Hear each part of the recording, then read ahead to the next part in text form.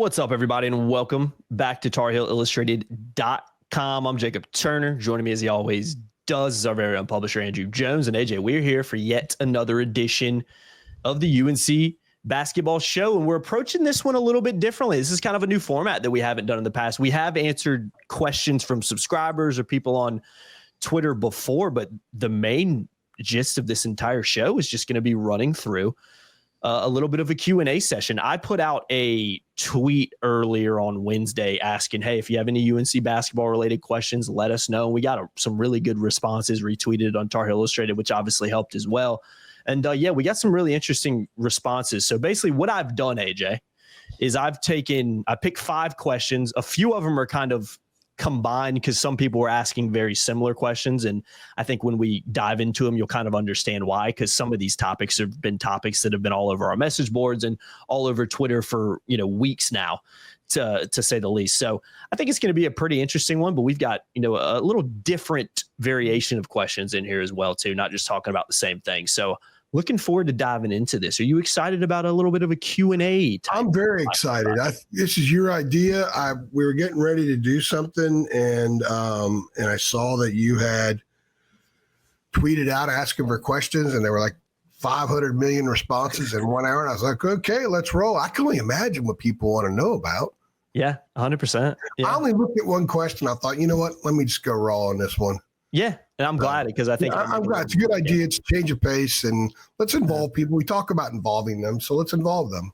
Absolutely, man. Yeah, that was kind of the idea behind this. And again, I think there's a lot of topics out there that are worth talking about and that are being discussed online a heck of a lot already. So might as well dive into them a little bit anyway. So AJ, I'll start with the first question here. This is actually from Spencer Dalton on Twitter. He actually walked on at Carolina a few years ago as well. So yeah, much respect for Spencer to getting this in. But I thought it was an interesting question too, because I think the net and the UNC and in college basketball can kind of be misconstrued at times. So the question says, does net ranking have any real bearing on UNC getting into the NCAA tournament this year? Just to provide some context, Carolina's about 50 in the net when I checked earlier this morning. So the reason I think it's intriguing, like I just said, is a lot of people on the surface can look at the net, say, well, there's X amount of teams in the tournament. Carolina is at 50, so they're automatically in the tournament when there's a lot of other factors that go into it. And I think a lot of fans watching right now would probably tell you relatively confidently that I don't know if Carolina's an NCAA tournament team.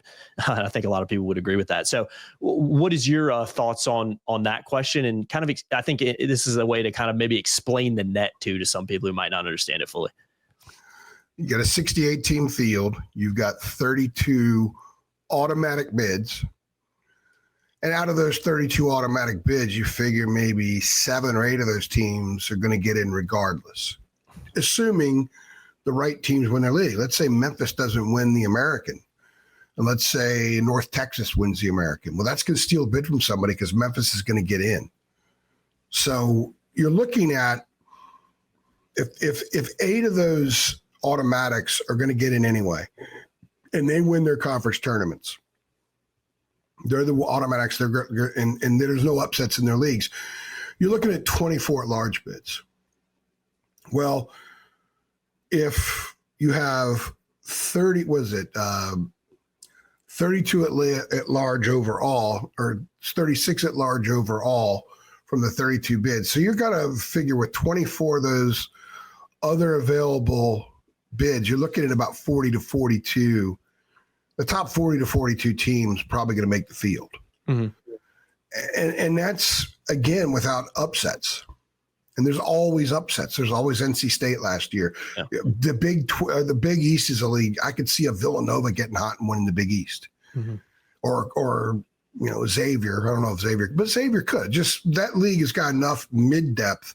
Someone could rise up and win the league from one of those spots that gets in that isn't penciled in at the beginning of the final weekend, at selection weekend.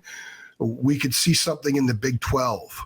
Mm-hmm. Where we don't know if Baylor's a lock. Baylor's had some injuries lately, but let's say Baylor gets healthy and gets their guys back and they make a run that weekend and they win the Big 12. Let's say the West Coast Conference is a great example. Gonzaga's not dominant. St. Mary's is not dominant. They can both lose. And what if Oregon State or Washington State, who are Pac-12 schools in that league playing basketball, what if one of them gets hot and wins it? They steal a bid from somebody. In the Mountain West, that can happen. There's a couple of teams in Mountain West that are going to get in, but what if a mid-level team wins the league and gets in? So then that drops what would be considered the top X number of teams. So if you have 4 of those leagues where someone wins it and gets in, but also the top team gets in, so it goes from a 1-bid league to a 2-bid league, or a 2-bid league to a 3-bid league, then that 40 to 44, 40 to 42 becomes 36 to 38. So if you're sitting at 50 in the net right now and you don't win your league, the chances of getting in are very slim. It's not all based on the net. We've seen teams get in 60s and 70s from the net, but they also had a resume to at least be an inclusion. The only thing North Carolina has going for it, there are 2 things. One is that it's 50 in the net, so it's still near the bubble, near the fence. The other thing some people might think is the laundry, but the laundry didn't help them 2 years ago. And they were closer 2 years ago, I think, than they are now. They were better 2 years ago than they are now. They're worse now. They're trending the wrong way now. And they have nothing on the resume to suggest it. This team's getting worse, number one. Number 2, they're 1-10 in quad 1 games. They desperately need SMU to just win to get into the top 30 to get a second quad 1 win. Because Carolina has probably 2 quad 1, but 2 potential quad 1 opportunities left. One for sure is Duke. They're not going to beat Duke. The other one is at FSU if FSU gets on a roll. SMU is closer to being a quad 1 game than at FSU would be. FSU is 87 in the net. They got to get to the top 75. SMU before last night was 39 in the net. They got to get to 30. And they have to be there on Selection Sunday, not just for a week or 2. They have to stay there. So I think Carolina has reached a point, to be honest with you, where they need to beat Duke. They need to win out and beat Duke. Or they need to win the ACC tournament. I think they're far enough away from the fence that Lenardi or whoever else may say one thing, but the people in that room are going to say something different. And let's remember, Bubba Cunningham's head of the selection committee. So when Carolina's discussed, Bubba can't get in there and speak for them. I mean, their resume is going to speak for itself, and right now there's nothing on it to suggest this is an NCAA tournament team. Not one thing. No, and I remember tweeting it out after the Stanford loss that in my opinion, that was when Carolina's NCAA tournament hopes died because of what we'd seen from the team, but also just can't be losing at home to Stanford in this conference where in the position Carolina was already in. And then you look at the stretch afterwards, which we talked about in multiple podcasts over the last month, really. But, 1 point loss at Wake, barely scraping past Boston College at home, 8-point loss at Pitt, 17-point loss at Duke, barely scraping past Pitt at home.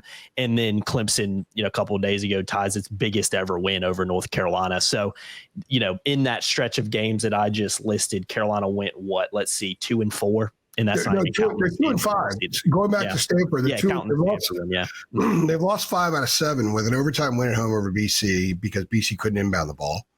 Credit Carolina and Drake Powell, but BC didn't set one screen to get open. No. Imagine that. And then Pitt couldn't inbound the ball, right? Carolina missed 2 friends on 1-1. Pitt couldn't inbound the ball. And Pitt still had an opportunity to win the game. Misses. So if you look at the last month, Carolina's played some teams that are Pitt's no longer in the conversation either. They've completely fallen apart. They've lost 8 out of. They got blown out at SMU last night. They've lost 8 out of 10. One of the wins was Carolina. They could be in a position where they'd lost 7 out of 10 with 2 wins over Carolina. So Carolina, going back to the beginning of January, 4-point play by Elliott. Marcus Burton misses a layup. They escape Notre Dame. J-Wash dunk, J-Wash block shot. They escape NC State, who hasn't won since.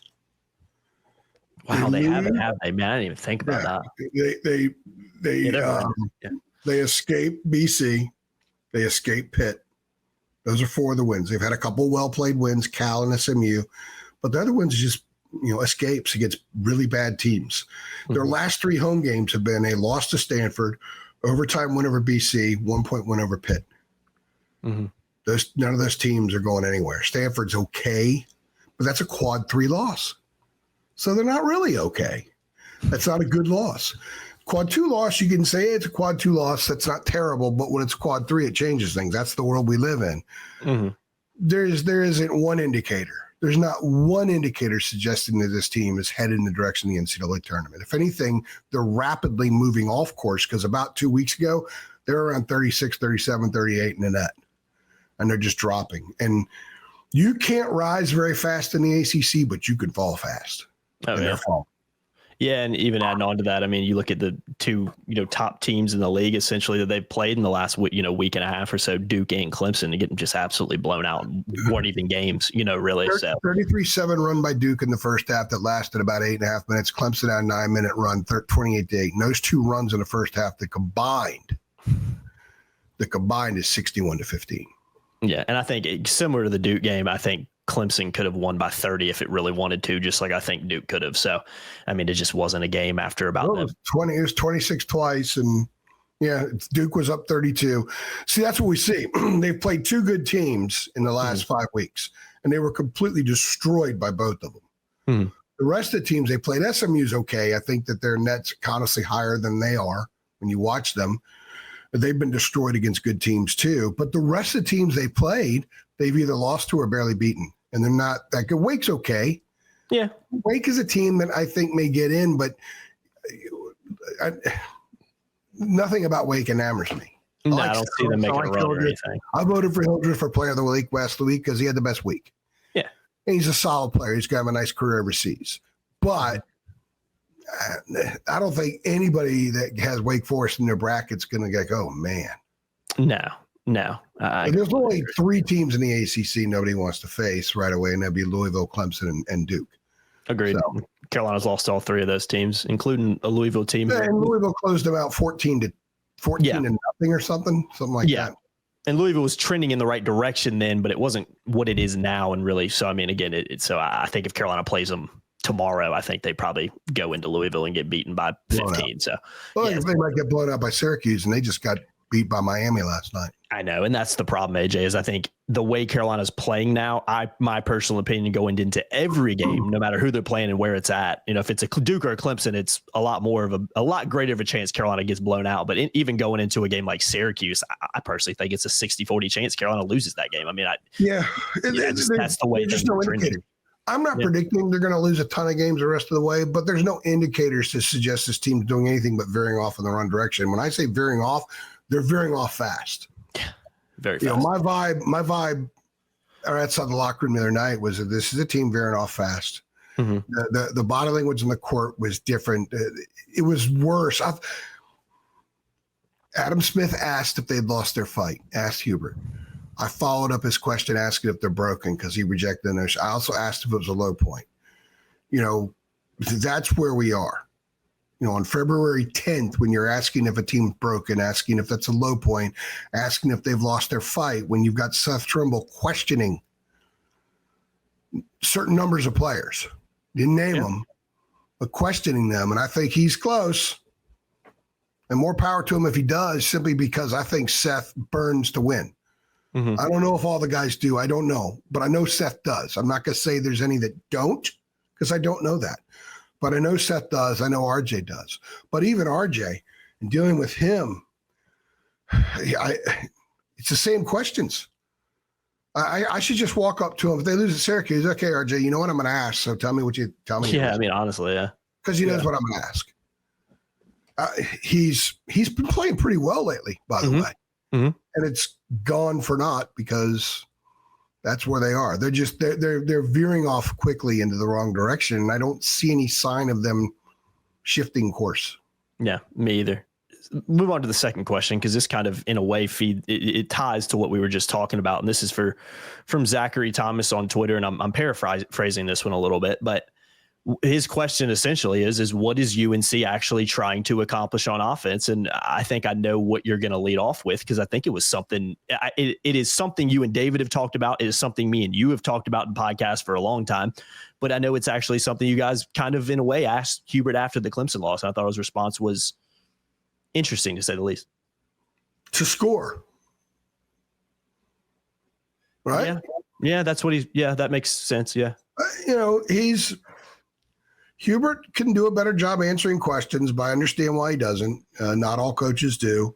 Especially after a game. It is hard after a game. The problem is The problem, with his approach is it baffles people because he often will not answer the question directly. Or, for example, and I don't know if we're going to talk about Ian or not, but he was asked about Ian, and he kind of starts talking about these other things about Ian's game other than scoring, and his job is to score. That's why he's there, and he's not doing that. So it's like if your field goal kicker isn't kicking field goals, but hey, every time there's a bad snap, he makes a nice run.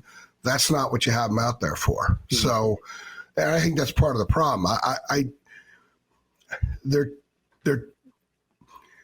They rely so much on guys to make plays. I will say this much. They're running more stuff, but it still breaks down. Yeah. They're easy to scout. There's a reason why Carolina has been starting out games pretty well, but teams adjust and then Carolina hits a snag. I told someone when I was driving to Clemson the other day, I said, I think Carolina's going to start out well. Maybe you lead about midway through the first half, but then Clemson will figure them out. They'll get their legs going, get the juice flowing after dealing with the hangover from Duke, and then Clemson will take control. And that's what happened. Carolina started out well against Pittsburgh at home and then struggled. They started out well at Pitt and then started struggling. I think the intent, I think the mojo when they go into games is good. The problem is they just don't adjust well, especially on either end. But offensively, once a team starts getting a beat on some of the sets and actions that they run, like there's nothing that follows up. We don't see a whole lot of, wow, this team just reacts to when things break down so well, because they don't. They didn't 2 years ago. They talk about it all the time, how they never practice freelance. They don't so much say it now. Maybe Saturday night I'll ask about it, especially if they'll ask about, hey, do you guys, how much time do you spend on freelance? I don't know what the answers are going to be, but I can anticipate what they might be. Mm-hmm. So the answer to the question is they're trying to score. They're trying to use their talent to score, but they don't set a lot of screens. They don't move much without the ball. We actually saw 2 screens set at one time early in the Clemson game the other day. I think it was Drake and no, it was Seth. Seth and Lubin both set a screen in the same area at the same time. I don't remember seeing that. Now I'm sure it's happened, but it stood out. And the fact that it stood out, you know what that means. So yeah. I can't sit here and offer glowing anything. They're averaging, if you take away the BC game, they're averaging exactly 70 points a game in ACC play. That's not a high-flying offense. No. Period. They've scored in the 60s in 6 of 13 ACC games. Mm-hmm. 3 of their last 4. They're averaging 66.5 points a game in their last, or 66.8 in their last 4 games. Mm-hmm. Opponents are averaging 78. So their offense is headed in the wrong direction. Their runs, they score well for a while, they're hot for a while, and then they go in the tank. Mm-hmm. Their turnovers lead to points. They're not really getting that out in transition anymore. Look, I'm going to sound like Debbie Downer here big time, but I have not been impressed with their offensive approach since Hawaii.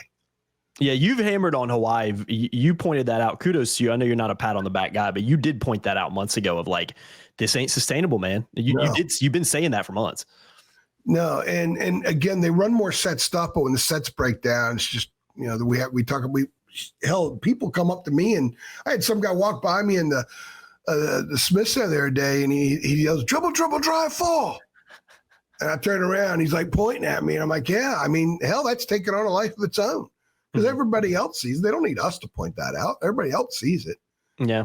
So I just think there's some flaws in the roster that's out there, and it doesn't appear there's been a whole lot done to try to work around those flaws. Yeah. If there has been, I don't know. I can't say definitively there's been a lot because we haven't seen the appearance of it. We can only go by what we see.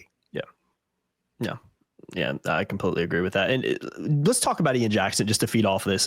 It's one thing too I'll add is it's funny that you mentioned dribble, shoot, or dribble, pass or fall, because actually in Zachary's question, I know I paraphrase it, he does mention that in there as well. So I thought that was pretty funny that you just mentioned that too.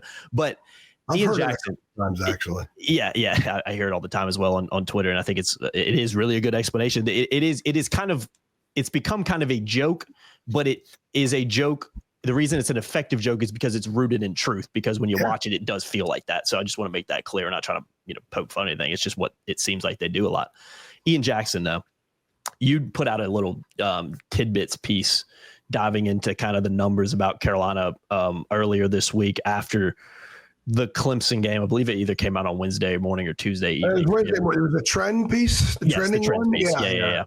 I looked at the 2 7-game streaks of the last 14 for Ian. Yeah, and it's a very interesting read, and there's some numbers about Ian in there. And one thing that you and David talked about in your show a couple weeks ago that I found very interesting, especially coming from not only you, but coming from David as a guy who does the film reviews, a former coach and AAU coach and college coach and all that jazz. He has a very, very knowledgeable understanding of the X's and O's that I just don't have that certain level without hearing it from people like him and visualizing it through his film reviews. But he mentioned in there that one thing Carolina wasn't doing is they're running plays for Ian. And even when Ian was scoring prolifically, a lot of it was him creating kind of his own shots and creating his own offense, because that is a strength of his game. One thing that's kind of changed over the last, really as Carolina started to struggle is Jackson A is not scoring points like he used to. I mean, you look at the last 6 games alone, he scored in double figures once and had 0 points and 3 points and two others in those games coming back to back. So those stats right there illustrate that, okay, he's not being as effective offensively. One other thing you guys talked about is he's settling for threes a lot more, which is not a strength of his game. But you've got some stats, but I'll read this one out. This is one thing that I was talking to you a little bit off camera. Ian Jackson has scored 18 or more points in 9 games this season, AJ. Carolina's lost 2 of those 9 games, with those 2 losses coming in December to a good Alabama team and coming in on January 1st to a good Louisville team. So that sample size right there alone shows you when Ian Jackson scores, Carolina usually wins. Mm-hmm. Ian Jackson is not scoring anymore. Carolina is not winning anymore. So it's a very oversimplification of the problem, but it is one of the problems that's in this big plethora of issues that Carolina unfortunately has right now. So what do you make of the Ian Jackson situation? Because I mean, even looking at the Clemson game, AJ, I mean, didn't even start in that game, man. Withers came in for him. So it's a guy that just looks shot on confidence, and also a guy that's just factually and statistically, AJ, not as effective scoring the ball as he was a month ago. Yeah, Hubert started Withers because he said he wanted size to deal with Clemson. And I can understand that in some way. He wanted someone to deal with Ian Shefflin. I get it. Although Shefflin had 10 rebounds, Withers had 3. So Clemson out-rebounded Carolina by 13. It's the last 7 games for Ian. So he had the 7-game stretch where he averaged 22.7 points a game, shot 60% from the floor, 41% from 3, and was averaging 5.7 free throw attempts a game. And the last 7, directly that's the new 7-game streak started with the Stanford loss, when he didn't score any field goals in the first half. In the last 7, he's averaging 7.4 points a game, and that's with a 19-point game against BC thrown in there. Yeah. 6 of the 7, he's been in single digits. Mm-hmm. The last 2 games, he hasn't converted a field goal. And I think 3 or 4 of the first halves, he has not converted a field goal in this stretch. So he's 0 for 11 in the last 2 games. 0 for 11. Yeah. So he's shooting, the numbers are there. And if you're looking at that piece, he's shooting 30% from the floor in the last 7. So half of what he was before. He's 4 for 25 or something from 3, something like that. 4 for 20. I'll pull it up for you real quick because I've got it right here. Average 7.4 points, 30% from the floor, and 19.2% from 3-point range. Yeah. It's not very good. No. 22 minutes. He played 16 minutes against Clemson. He wouldn't have scored. He would have had consecutive scoreless games, but Hubert put him in with 1:32 left, and he hit 3 free throws. Yeah, and just to add a little bit more context, in the last 3 games, so Clemson, Pitt, Duke, he is, let's see, 2 for 17, including 0 for 11 in the last 2. So, I mean, that, again, just shows you right there. Yeah, and so why? I think part of it was this kind of started around the time they went small. And he was put over at the 4. He's not a 4. He's got no business playing the 4. You don't put Tom Brady at wide receiver. He's got no business playing the 4. I don't know why he's playing the 4. Hubert wanted to go with the 4-guard lineup. I understand getting your best players on the court, but you got Ian sitting over there. David and I talked about it. He's got Ian sitting over there in the corner. That's not his game. His game is wing to wing driving. Mm-hmm. His game was putting pressure on the defense. His game is getting in the lane, scoring, getting the free throw line, and then getting some open look threes to accompany that. He's a drive first guy before shooting from the perimeter. What we've seen lately is a lot of Ian's early shots are just perimeter shots. And now the other night, he was terrible driving. I think that it's gotten into his head. He's a freshman. All those things are real. It's human nature. And he doesn't look like the same player anymore. Now, part of it is what Hubert said. Teams are scouting him. They figured some stuff out. They've seen something in his drive that they could turn him a certain way. And it's a little more challenging for Ian. He's a big yo-yo guy. If they make him be one-handed instead of both-handed, maybe it's more difficult for him to create something. Mm-hmm. So that could be part of it. But I also think that he's just got into a funk. He was rolling right along and then was moved into basically the de facto 4 spot. And as a result, his offensive spark has just disappeared. And as you noted, they don't beat good teams or even decent teams without him scoring a lot. Oh. So RJ has played in this 7-game span, has probably had his best 7-game span of the entire season. Imagine if Ian was where he was. Mm-hmm. They would have won the first time at Pitt. They would have won that game. They would have beaten Stanford. So Wake. 14 left means 16-9. We would have won at Wake. Mm-hmm. No doubt would have won at Wake. That's 17-8. And then would have been more competitive with Duke, more competitive with Clemson. I think 17-8 with not the same embarrassment from those 2 games, 33-7, 28-8. This team would be, to go back to Spencer Dalton's question, they would be much higher in the net, and they would absolutely be in the conversation for the tournament.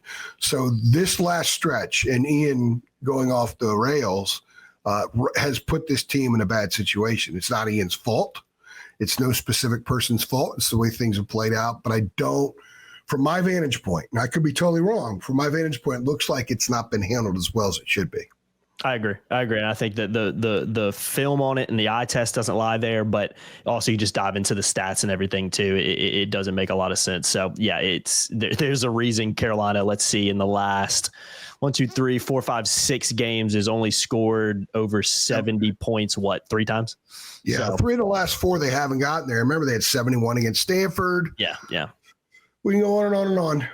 It's a team that struggles to score and whose best scorer at one point, who was, helping them factually win games, because, Carolina's best stretch of the season was also Ian Jackson's best stretch of the season, essentially. Yeah, their most capable scorer is Ian. Yeah, still. And he's essentially not. He has 52 points in the last 7 games. It's not. He's attempted 14 free throws in the last 7 games. Mm-hmm. Mm-hmm. Yeah, it's just not a recipe for success if you're North Carolina, a North Carolina team that already kind of struggles to score offensively. You kind of need your best natural scorer to score. And when he's not doing that, I don't think it's a surprise that Carolina's lost, 3 out of the last 4. So yeah, we'll move on from that one now. We could talk about that all day. I think we've talked offense a ton over the last couple of weeks as well. This one's a little bit quicker of a question, I think. But it's something we discussed a little bit in last week's show, but the reason I included it again is it's been talked about a lot, and it's something I've been asked about a lot. This is also a little bit of a combination of questions because multiple people asked it, but Mike Hicks is the one I chose from this one. And he said, when do you expect Carolina to have a general manager in place? That's a good question. I first learned that they were going to go on this route, this path in December. So clearly a decision was made in November because they decided they were going to do this in football and basketball. So the people that still keep saying, well, whenever they got to spend money on basketball, not just football. They're going to do it. We've been saying for a while they're going to do it. And they've had money to spend in basketball, but they're going to have more now. Yeah. And part of that is the GM. They got to get someone in place there. He's got to have a staff. He's got to hire his own staff, that kind of thing. But let's be honest now, and we can't avoid what people are – we can't ignore what people are thinking and wondering. Next 2 questions, by the way, are about Hubert, just to throw that out there, because I know people are probably mad that we haven't talked about it. I think the GM thing is connected because if it's 100%, regardless of what happens, Hubert's back, then go ahead and hire the GM. Mm-hmm. The portal opens in 5 weeks. You got to start evaluating. You got to have the whole nation evaluated. You got to know what kids you'd be interested in, what caliber of kid. There's a lot of players who are going to the portal that North Carolina's never going to pay any attention to. These are guys who are going to end up at William & Mary as a seventh man. Yeah. They're not an issue, but you do know that, hey, here's some kids that could very well leave. Let's get a scouting report on them now. Let's get a red flag and a good flag, whatever. Get all those pros and cons. Let's have them evaluated. So when they enter, we're well versed. We deal with it, and then we sign evaluation, and then we go to Hubert. Yeah, do you want this kid? Build a relationship. Do your speed dating thing. So if he's going to be back 100%, and you should go and get a GM pretty soon. They've known about it for a while, so I can't imagine they're just starting that process. Since they've known about it, I think the wheels have been in motion for a while. It took Hubert a little embracing. I think that's fair to say. However, if it's open-ended and there is a chance Hubert's not back, there's no point in hiring a GM because the new coach should be able to hire his GM. Yeah. Or at least have a say in who the GM is. Mm-hmm. So you don't go hire Joe Schmo from Oxford, North Carolina to be your GM, and then you go hire a coach from East Podunk State, and he's got his own GM he wants to bring with him, and the guy you just hired 7 weeks earlier, 5 weeks earlier, you got to get rid of. Mm-hmm. So they're in a precarious situation if there's any uncertainty about Hubert's future. Mm-hmm. I know that it's been reported by a very reputable site, our competitor, that he's going to be back, but that was also reported in early January. Yeah. And based on what I can see, and I know fans only so much, I also know the media, and I know myself, with the 33-7 and with 28-8 and with what Adam Lucas, who writes for Go Heels and rarely ever writes anything critical, he's a beautiful, beautiful writer, but rarely writes anything critical. When he's talking about chirping and guys not playing for the front of the jersey in Little John the other night, that means it's something really going on. He's courtside with the radio crew.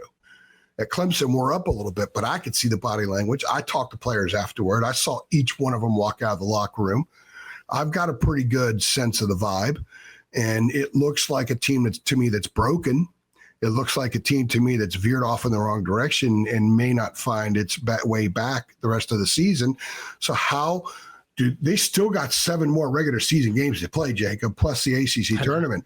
If the losses pile up, how much does this change certain minds in Chapel Hill? So to answer the GM question is you have to think about the elephant in the room. Some people don't want to talk about it. I'm not comfortable offering a referendum. I know that someone was commenting on our YouTube thing the other day about that. You guys can.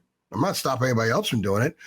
I would say it's probably a little easier if you want to go negative now than it was a week ago when I did that podcast. Mm-hmm. But you still got to let things play out. You got to let things play out. Hubert deserves that. If and when the time comes that I think that I need to say something or we need to say something or you feel like you need to say something, then that'll happen. I mean, I'm not stopping you from doing it. People should know that. But I don't think anybody on our staff is ready 100% to say one way or the other. Let's finish this thing out and then see what their plan is. And at some point in the near future, if losses pile up, some of us are going to have to ask Hubert about his future. There's just no other way around it. And I think we're getting close to that point. Yeah, and I always think it's tricky too to have kind of definitive things of like, well, Hubert's definitely going to be here next season, kind of in the middle of a season, because that might be true at one point. But I mean, AJ, Carolina's lost 5 out of the last 7. I mean, you can hear that from inside the program and sources. I'm not saying they're not well vetted in January 1st, and not to mention during that time of the season, Carolina was playing some of its best basketball of the year. But what if you lose all the rest of the games of the year? I mean, things are fluid during a season, you know what I mean? So it's always tricky for me to plan to put definitive things out there because, again, you have to see how the season plays out, and there's still plenty of regular season games left, you know? And you know what? Their last 4 road games have been Wake, Pitt, Duke, and Clemson. A lot of people are going to lose those games. Mm-hmm. Now what they have coming up, these are teams Carolina should beat. Bad Carolina teams should beat Syracuse, should beat State. Virginia's getting better, should still be able to beat Virginia, should beat Miami, should win at Virginia Tech, should be able to go down and be competitive and maybe win at Florida State. Now, if they go through this stretch before Duke, the next 6 before Duke, which on paper they win, Ken Palm has them winning all 6. if they go 3-3 or 2-4, yeah, that what matters is not so much what you or I say or what the NNO says or what IC says or anything like that. What matters is the people that are part of the decision-making process. What do they think? And those who are so determined to keep the family thing going, that it's so important to them that they're willing to try another season because they want it to work. And I understand that. I understand why the Autumn would want it to be Hubert, because if it can work under Hubert, he's the perfect guy to have the head of the program for so many reasons. He doesn't have to give the greatest press conference in the world, but it's the man. And if that's the kind of man, he's the kind of man Dean was in a lot of ways. So people want that if it works. However, how much do the people who are really, really, really tied to the idea that they keep it in the family and they just personally love Hubert so much that it skews their views, does enough happen that they start to change their mind? Or do they just close out strong? People are like, look, okay, he needs this, he needs that, and we think the future is going to be okay. It can go both ways. It can go either way, rather. So that's why you got to let it play out. Yeah. There's no point in us. And if they wait to hire a GM, maybe that's an indication that they're waiting to see how this thing plays out.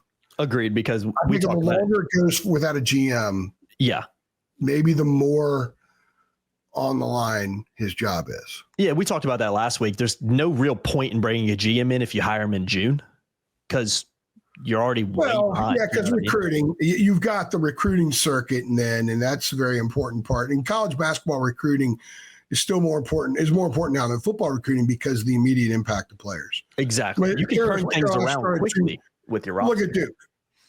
Duke could win a national title, and they have 3 freshmen in their starting lineup. Carolina had 2 freshmen in the starting lineup for a while. They could go back to it. And we just talked about Ian, their best scorer. He's a freshman. So freshmen can impact you right away. So you could get one in. But my point is that if the portal is the trigger point for so much of this discussion, why not have the GM in time, not just for when the portal starts, but enough time in advance to be ready for the portal? Exactly. That's the thing. If you hire John Smith 5 days before the portal opens, man, he's still sprinting. He's still trying to figure out where the local coffee shop is, and he's got to go out and bring a guy into campus from some other school. You've got to get him in sooner than that if you really mean if the portal's going to be important. And the portal has to be important because we don't know how many guys are going to be back. Nobody can succeed in college basketball now without dipping in the portal, because who holds on to their exact roster? People don't do that anymore. And it's not going to happen with this, I don't think, either. No. And you can turn things around quickly in the portal, too. I mean, you can look at Hubert Davis Carolina example. You just comparing, the 22-23 team to the last year's team. I mean, that was the reason Carolina was so successful last year was due in part to a lot of its portal guys. So there's look at Louisville, Kentucky right now. Yeah. So many examples out there you can point at of just the portal. And that is the good news about, I think, college basketball in particular is I don't think especially a program like Carolina, I don't necessarily think you're ever as far away as a lot of fans think you are when things are going really bad because of the portal and because of the appeal of Carolina and the recruiting. But again, you can have a great roster, but if what they're being asked to do doesn't make a lot of sense or maybe isn't working, then things cannot work out. So it's not just, hey, go out and get the best roster and who cares who the coach is. There has to be cohesion there. And I think that's the idea of what a GM would be able to help with a little bit too. So yeah, it's a good question, but I think in a perfect world, you have it done already, really, if we're being honest. Let's be honest, AJ. In a perfect world, you hire him a month ago, just because the more time he has, the better for everybody involved. But I don't think. Yeah, but I don't think basketball's in a perfect world right now because they're not playing to the level that they should. But you've also got a head coach who it was slow to come to the reality that the old way of doing things doesn't work anymore. So he's trying to make up lost ground in his thinking. And it's his program. The GM ultimately would work for him. So he still has to wrap his arms around it fully. And he's making these he's coming to these conclusions and understandings during the course of a season. And part of it might be reactionary to the losses and simply not having certain parts, but he could have gotten those parts last spring. Mm-hmm. They did not get guys because they simply didn't have money. We've talked about that 1,000 times. It was his approach to it. So that would need to be tweaked too. And we've seen evidence that has been tweaked because Caleb Wilson got what he asked for. Yeah. Isaiah Dennis got what he asked for. Mm-hmm. So they've already proven that they'll meet the price. They'll meet the demand. It's just that was something Hubert was not comfortable with last spring. So that's changed. And that's another reason why I think a lot of people are willing to give him another year, because they want to see this new approach by Hubert to see how he can do in the portal with that. And I can understand that. I can get that. I can too. I get it. I'm not sitting. Yeah, I still think they're coaching mistakes with this team. Oh yeah, 100%. Yeah, doing the same thing every game that hadn't worked. Mm-hmm. I can only imagine how maddening it is for Carolina fans. I certainly read their responses. I'm related to a few of them. From a journalistic standpoint, I'm like, hey, I'm watching the same damn thing I've watched for 2.5 months now. Yeah, I know. And that's why it's hard to ask. I made the joke about RJ. Some of us, when we're waiting, like, what are we going to ask? Mm-hmm. Mm-hmm. It's the same thing. Mm-hmm. It has turned into a bit of that, which again is why we're having discussions like this. So moving on, last two questions, again, they relate to Hubert here. So we're going to talk about it. And these both are really, again, kind of compilations of different questions, because there was a lot of the questions were related to these kind of things. But the one I picked out for the first one was OKC Tar Heel. And his question is, what is your honest opinion? He says, on the odds that we move on from Hubert Davis after the season. We're not going to sit here and quantify it by, odds or anything like that. So to ask it again, what is your honest opinion on does Carolina in fact move on from here to keep him going into next season? And if he stays, this is an interesting question too, because I think I've heard a lot of discussion about this on boards and other outlets and on social media as well. What are the odds that he brings in new assistant coaches outside of the Carolina family is what he's asking. I think assistance has been a thing that's been brought up that I've seen for months now, that particularly changing. And that's not uncommon. We see it in football a lot when a coach sticks around, but he has to hire new staff. Don't see it as much in basketball, particularly at North Carolina, obviously. But what are your thoughts on that? So what are your honest opinion on, does Carolina potentially move away from Hubert at the end of the year? And if they don't, do you think there's a chance that they bring in some new assistants and maybe they're, Carolina family guys as well? Yeah, the reason it happens in football is because the position coach is the head coach of that position. Exactly. Yeah. And if you ever walk through the Keenan Football Center, there are meeting rooms specifically for each position group. Mm-hmm. And then there are team meetings. And, Mac wasn't in every one of those rooms, and Belichick's not going to be in every one of those rooms. However, when Carolina has basketball meetings, Hubert's running the basketball meeting. Yeah. Yeah. It's the whole team. So you don't see that much in basketball as you do, obviously, in football. My personal opinion, and this is based only on that, I don't see Hubert making changes to his staff unless someone wants to leave and go do something else or go work for somebody else or leave the business or whatever. I don't see that happening. I mean, I agree with that, by the way. Because I don't see how that's going to change anything. If the head coach wants to go to zone, they go to zone. Mm-hmm. If the head coach doesn't want to zone inbound plays, they don't zone inbound plays. If the head coach wants to run this specific action for this guy 14 times a game, they're going to. The assistant coaches don't have the same kind of power in basketball that they have, in effect, that they do in football. So it's completely different. I don't see what I see is a general manager being hired and him bringing in some people who may not be in the Carolina family to bring influences from elsewhere, but also just bring people who have shown that they can be successful working in similar type roles, and they're going to have to pay them too. Mm-hmm. They got to pay people to leave other programs. So I see something like that possibly happening. Hubert's not bringing in some guys and assistant at Iowa State right now. Nah, it's just not going to happen, is it? Yeah, it's not going to happen. No. And a guy, can you imagine if you're the first one? That's kind of a hard place to cut into. I know that Shire did it, but mm-hmm. Shire's situation was different. Mm-hmm. As much as Duke loves Duke, the basketball program wasn't as territorial as Carolina basketball is. Yeah, for sure. Wasn't as territorial at all. Mm-hmm. So Carolina's, man, there are a lot of people that just they will stink for years to see if they can keep a connection going. Yeah. It means so much to so many people. Mm-hmm. And I get it, but the reality is there are no more apples on the apple tree. Yeah.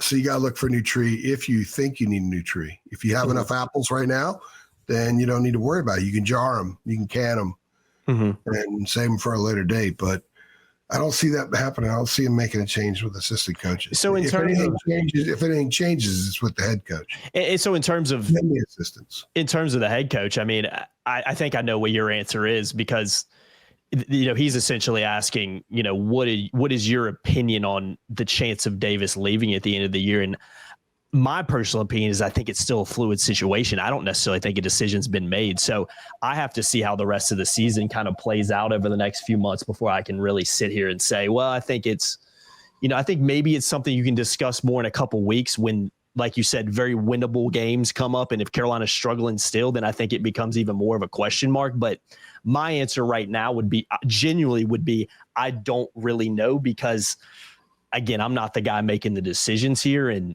I still think it's a fluid situation, to be honest with you. I don't know if anybody's made a definitive decision yet on that, and I don't necessarily think maybe they should have. I don't know. People would disagree with that. But. Is the question asking if Hubert would on his own step down? No, it's basically asking, in your opinion, what is the chance of Hubert not being here next season? Carolina parting ways. Not being there, I would say right now, 10 to 20% not. Okay. And that answers the question, because he's asking kind of odds but in there. So 3 weeks, I may say something different. Now, I haven't talked to anybody much about it for a couple of weeks because been swamped, and I believe that this thing needs to. I don't think a lot of opinions are going to change that much. And if somebody was swayed because they got blown out of Duke and Clemson, they could suddenly be reeled back in if they roll through these next 6 games, which is very possible. So that's why you have to kind of wait to the end. That's one reason I did you got to wait for a referendum. You got to let it play out. You got to see the whole of the work. It's like you can't chalk up a loss in a loss column and middle of the third quarter in a game. You got to let the game finish out. Now, some games looks like it's not going to happen. Super Bowl was that way. The Clemson game was that way. Still got to let it finish out. Yeah. So I agree. I would say 10 to 20%, simply because, there's a side of me that could see Hubert saying, well, this isn't working. I'm hurting the program. I care so much about this program, and kind of following Roy in some sense and leaving. But there's no indication for that. There's no indication to me he's going to get fired. There's no indication to me that he's going to walk away. I think right now they got a game at Syracuse, which is what Hubert would say. They got 7 regular season games left, and then the ACC tournament. And when the time comes where they play their last game, I think that's when people like you and me, it would be more appropriate for us to publicly, more seriously gauge whether or not him returning is best for Carolina basketball or not, or makes sense. Agreed. And that's kind of how we always approach things, for sure. But don't get it wrong. If Carolina goes into this next stretch coming up very winnable games and they're getting beat by 15 every night, then conversations will start to happen. And I think we'll have those honest conversations. But again, I agree. We just got to see how things play out. There's still too many games left this season. Even though there's not a ton, there's just too many games left. Look at Larinaga last year. A year after going to the Final Four, they lose their last 10 or whatever it was. And they went and made some changes and brought guys in. But it seemed like that team kind of bailed on him last year, and he was able to get it back. I'm not suggesting this team's bailed on Hubert at all. No. But what if it appears that they have over the next month, and they barely win any remaining games? It's kind of hard for a guy to come back the next year and redeem himself. So that's why we have to let these games take place. Let's see what happens. Agreed. These are very winnable games. They're very losable games. I think as a whole, they're more winnable than they are losable, because Carolina should win all these next 6 games. They should win each one of them. And they should each win most of them by 7+ points. Should. Yeah. But they should have won games previously this year they've lost, and they should have performed better in some games they've been pounded in. Yeah, I agree. Should's doing a lot of the heavy lifting in that sentence right there, for sure, just because of what we've seen over the last few weeks in particular, which we've talked about earlier in this show. So AJ, last question. We've already kind of talked about it a little bit, but I think it's fair to have its own little discussion. before we wrap things up. And this is, again, is kind of a combination of multiple questions. So I don't have this one addressed to a certain individual. But do you think Carolina would finally go outside of the family if and when, Carolina, say they decide to part ways with Hubert Davis over the next year, maybe, next season, whatever it may be? Do you think the program's kind of finds itself in a position where they don't necessarily really have a choice but to go outside the family? That's how I feel about it. But what is your thoughts on that? Just for the sake of discussion, if Hubert Davis, if this is his last season as head basketball coach, they have no choice but to go outside the family. Yeah, there is no Roy Williams 03 hire. There's no Roy Williams out there. And let's face it, Dean, and you had Guthridge, and Guthridge had some success. Mm-hmm. 2 Final Fours in 3 years, but that third team lost 14 games. They were on its way down. That team lost 14 games, which was the second most in school history at the time. But they got a Final Four. They snuck into a Final Four as 8 or 9 seed. Doherty didn't work. Was a disaster, and now Hubert hasn't been all that great. So the family has made 4 hires. If Dean's the start of the family, somewhat McGuire was, but Dean wasn't there when they won the title. If Dean's the start of the family, they've made 4 family hires. Guthridge, it was sliding fast. Mm-hmm. Doherty, disaster. Roy, patriarch, legend. Hubert, massive jury still out, trending very much in the wrong direction. So the family thing, you could say, theoretically, hasn't worked 3 out of 4 times. And the one time it did work was by bringing in a guy who was already an established legend. Mm-hmm. So you tell me. Yeah, I said that on Twitter. Family isn't bearing the fruit some people thought it has. No, I said it on Twitter maybe it was yesterday, but I was kind of like, there is no Roy Williams 03 hire. There just isn't. And let's be honest with ourselves, guys. Even if Roy Williams didn't go to Carolina and coach under Dean and all that jazz, what he was doing at Kansas would have made, if Carolina was just looking at the best overall coach, Roy Williams would have been on one of the guys on that list. So you can take kind of the Carolina connection out of there, in my opinion. But also, too, the only guy that I can even remotely try to make some kind of case for would be Wes Miller. And AJ, it's going to be a very weak one. So I don't really. It would have been stronger 4 years ago. Yeah, exactly. I don't. It would have been stronger moving him from Greensboro to Carolina because he's struggling at Cincinnati. So again, that would be a risk, just like a different risk, but that would be kind of a risk like Hubert was, because you can say what you want about Hubert, but again, he played at Carolina and coached under Roy for a little bit. That's great. But he had no head coaching experience besides being a JV coach at North Carolina. And I don't care where you go, AJ, you could be at one of the top high schools in the country. And if you just promote the JV coach, that is a risk instead of maybe going out and trying to get the best guy. And I'm not trying to, I said this is not me playing revisionist history. I remember doing a podcast with you about Hubert when he was hired and being like, it's a risky hire. And that's not me making some crazy statement. I mean, it kind of goes without saying, but again, I just think Carolina finds itself in a position where they don't have a choice but to go outside, Yeah, I don't disagree. If the next, unless West takes off, some people are throwing Stackhouse out there. Look at Vanderbilt the year after Stackhouse. Nothing there. Mark Byington would be a better hire than Jerry Stackhouse. He's proving that at Vanderbilt. So there's no fruit left on the tree, period. Yeah. So if you need to pick fruit again, you must find a new tree. And I'm not sure Carolina, for the stature of the program and where it's been trending over the last, let's say since 2019, let's just be honest. I don't know if this is a program in a position right now that can afford to just go out and take another massive risk for the sake of, well, he went to Carolina, so that's cool, guys. Look, he went to Carolina. That's really cool, right? I don't think Carolina's in a position now where they can really do that, because things can be turned around quickly in the portal era for sure, especially a place that has the laundry that North Carolina has. But you got to have the right guy there. Yeah, you still need coaching. Exactly. You still need coaching.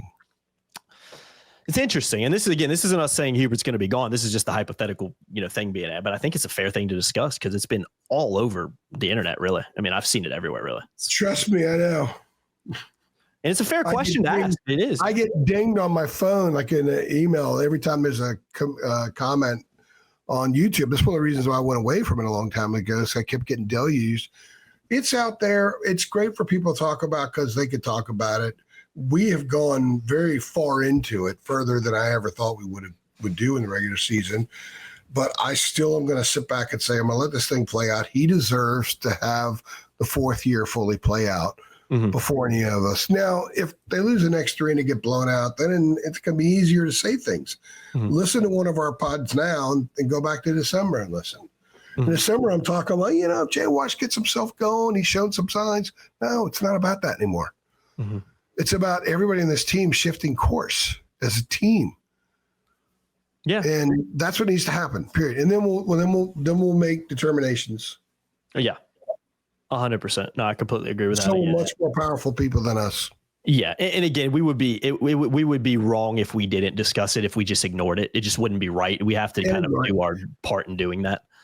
We're not advocating for anything other than to finish the season out unless you see where things stand. Yeah, and again, I agreed with that before we even started this podcast. That's always been my stance here, and that's just kind of how we've always operated here because I think that's fair. But it's also at the same time, like I just said, it is fair to discuss when a North Carolina program under year 4 of a coach who, again, there was a risk a bit of hiring him because of, the lack of experience there. I think it's fair to talk about it when a team's 14-11 and 7th in a bad conference. I mean, it comes with the territory. If you're not winning games, people are going to start criticizing and questioning and analyzing a little bit more than they would if you're 20-3 or something like that, like Duke is. So yeah, man, it's just the nature of the sports business we live in. You don't play games to lose, you play games to win. And when you're not winning, people are going to get frustrated and start trying to figure out why. So yeah, man, that's the end of the Q&A session right there. And I think it's a good place to wrap this one up. I think we've gone about an hour on this show. What's that? 30-second Syracuse preview. Yeah, we'll do a quick little Syracuse preview. Eddie Lampin, you got Bell, you got some guys that can shoot, you got some length. It's going to be snowing up there. I can see this. Excuse me. I can see this going either way. I can see the Tar Heels going up there just catching fire and playing well because Syracuse sucks, or I can see the Tar Heels going up there and just not being ready to go, and Syracuse takes out some frustration on them. There you go. That's my analysis. Yeah, that's the preview. I see it the exact same way. I keep getting these flashbacks to 14-19 when that Carolina team went up to Syracuse and won. Now, this team's not, record-wise, not like that. But again, I think it's a similar thing because you're going up to a bad Syracuse team, just lost to Miami, but you're also going to a Carolina team that is just trending in the wrong direction. Again, 1-2 in the last 7. So I said it earlier. I will not pick them in my staff. I will not pick Carolina to win in my staff picks. Neither will I. But and that's basically because I just have not seen enough over the last couple of weeks, going back to that Stanford game, AJ, to give me any confidence that whoever's coming up on the schedule, particularly road games. This is at home. I probably feel a little bit different about it. But with this being a road game at Syracuse, 6 p.m. ESPN on Saturday night, I can't pick Carolina to win it because I just haven't seen enough recently to make me believe they actually will. So there's my 30-second preview. Yep, I'm with you. All right, man. We'll go ahead and get the heck out of here. I've been Jacob Turner. He's been Andrew Jones. Like the video below if you enjoyed the Q&A, kind of vibe in this podcast. It's something we haven't really done before, at least for a whole podcast. We've answered questions at the end of shows, but if you like it, comment below if you like it, like below if you like it, because we'd love to do more in the future if it's something that you guys kind of enjoy. And again, I think it's a good way to get listeners involved, Twitter subscribers involved as well, and just hear from you guys because we like to, hear from you guys and kind of learn what you're thinking and feeling. And that's obviously an important part of our job here at TarHeelIllustrated.com as well. So yeah, go ahead and give us some feedback on this if you've enjoyed it, because I know we've definitely enjoyed answering some of these questions. And a big thank you to everybody who got questions in. I didn't get to all of them. Again, some of them were combined. I tried to read out some names for a few specifics. So again, appreciate that. And hopefully we'll do some more in the future if you guys enjoy it. So I've been Jacob Turner. He's been Andrew Jones. Like, share, subscribe, notification bell. See y'all next time. Thanks.